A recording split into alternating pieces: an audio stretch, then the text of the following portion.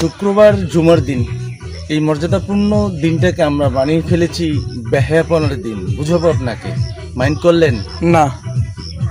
বলছিলাম জুমার দিনের কথা, শুক্রবারের দিনের কথা। অফিস আদালত ব্যবসা বাণিজ্য সমস্ত কিছু আজকের দিনের জন্য সীমিত হয়ে যায়। আমরা অনেকে আত্মীয় স্বজনের বাড়িতে দাওয়াত খেতে যাই, আলহামদুলিল্লাহ খুবই ভালো কাজ।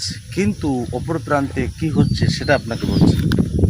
বন্ধু মহলে পরিকল্পনা হচ্ছে, দোস্ত আজকে তো শুক্রবারের দিন, একটা অ্যারেঞ্জ করো না। কি অ্যারেঞ্জ করবো? আরে করো না, একটা ছুটির দিন, একটা রিল্যাক্সের দিন, আজকে একটু ড্যান ব্যাম কিছু খেয়ে নিলাম। এরকম অ্যারেঞ্জমেন্ট হার হামেশায় আমরা করছি মনের খোরাক হিসাবে। আমাদের অবুঝ মনা যুবক যুবতীরা আজকের দিনে প্ল্যান করছে শুক্রবার দিন তোমাকে নিয়ে ডেট করতে যাব, অমুক জায়গায় যাব, তমুক জায়গায় যাব। ওই যে দেখা, ওই যে ওরকম ঘরের ভিতরে যে আমরা গল্পগুজব করছি, এটা একটা বেহায়াপনার দিনের সামিল বলে আমরা মনে করছি। একটা চক্র পরিকল্পনা করছে যে আজকে তো আমার বেচা কেনা ভালো হবে, আজকে তো বহুত মানুষ আমার আড্ডাখানায় এসে নেশা করবে, আজকে নেশার দাম চড়া হয়ে যাবে, আজকে ছোট ছোট মাদকের দাম হয়ে যাবে অনেক বেশি।